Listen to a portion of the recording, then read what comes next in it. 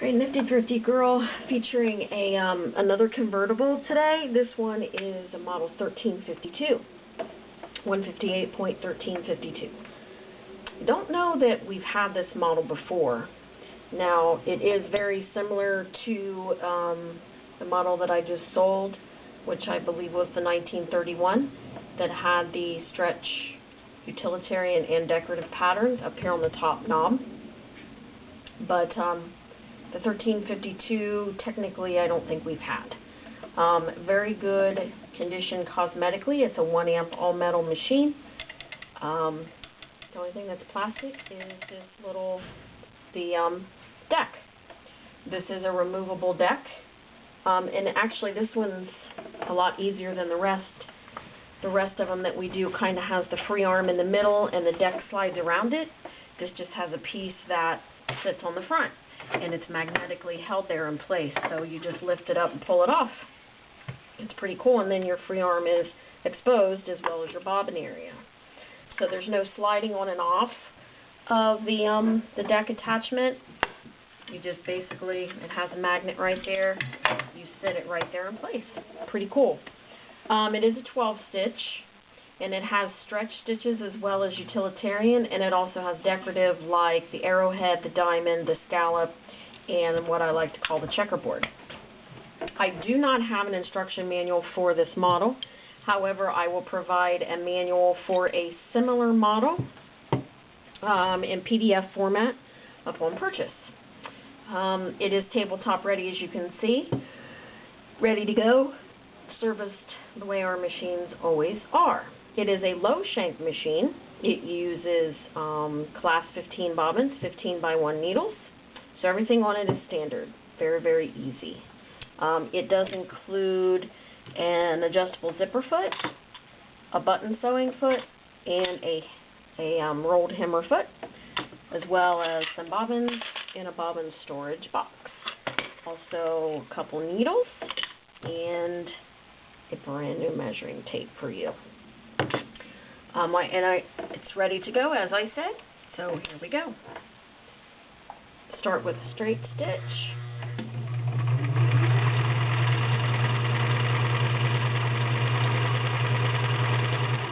It's a nice smooth machine. No electronic parts, of course, it's all manual. Now we're going to switch to Zigzag.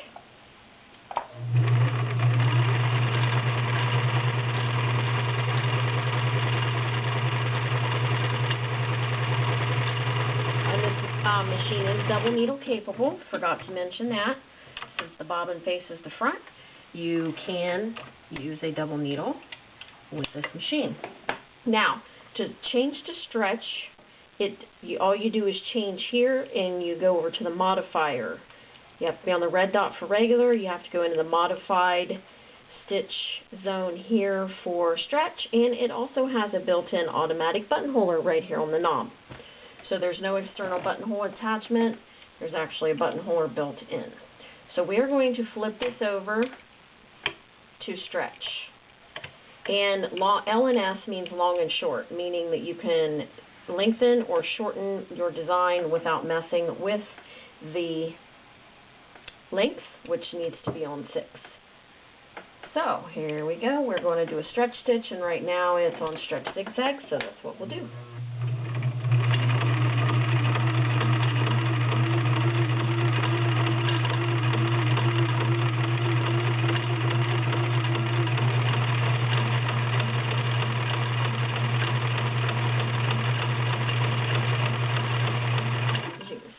Going right along there. Now I'm going to switch it over and we're going to do one of the decorative, and then we'll go back to the red dot, which puts it in regular. These are color coordinated, so it's pretty easy.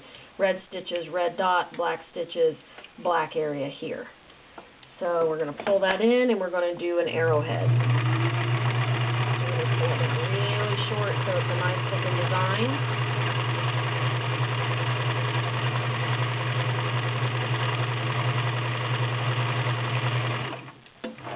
And as you're going to see, I'm going to change from cotton to 5 layers of denim to leather without touching any of this tension.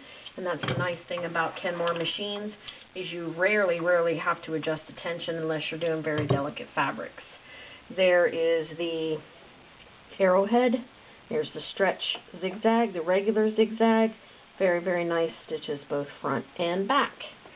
So I'm going to switch over now to 5 layers of denim. This is a pretty thick piece of fabric.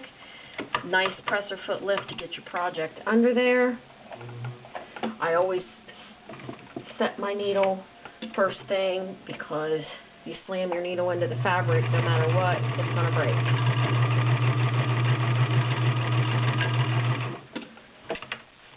Nice stitches on this denim.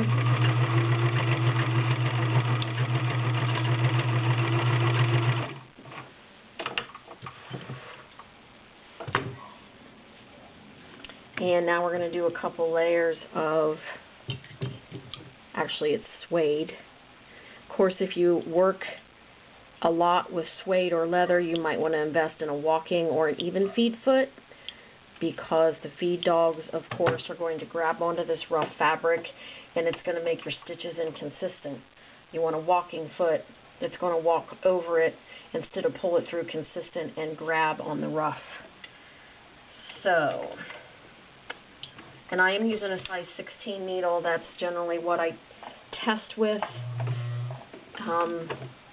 14 is a regular size, but I use a 16 just because I'm doing denim and leather as well during the test. But if you don't work with thicker fabrics, you want to stick to a 9, 11, or a 14, because the smallest hole that you make in your fabric is the best.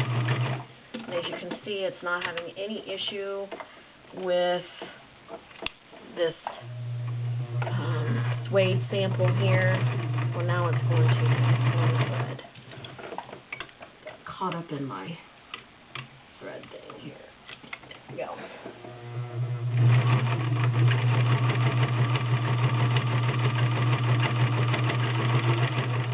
These machines aren't made to work on leather 24 hours a day, 7 days a week, but if you have a small project that you need to do, as you can tell, it has no issue doing that.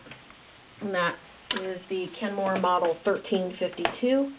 I'm Nifty Thrifty Girl on eBay. My email is underneath the video. If you have any questions, please email directly at my Gmail, and I'll try to get them answered for you as quick as possible. But if this is still here, you might want to grab it because they don't last very long. Thank you.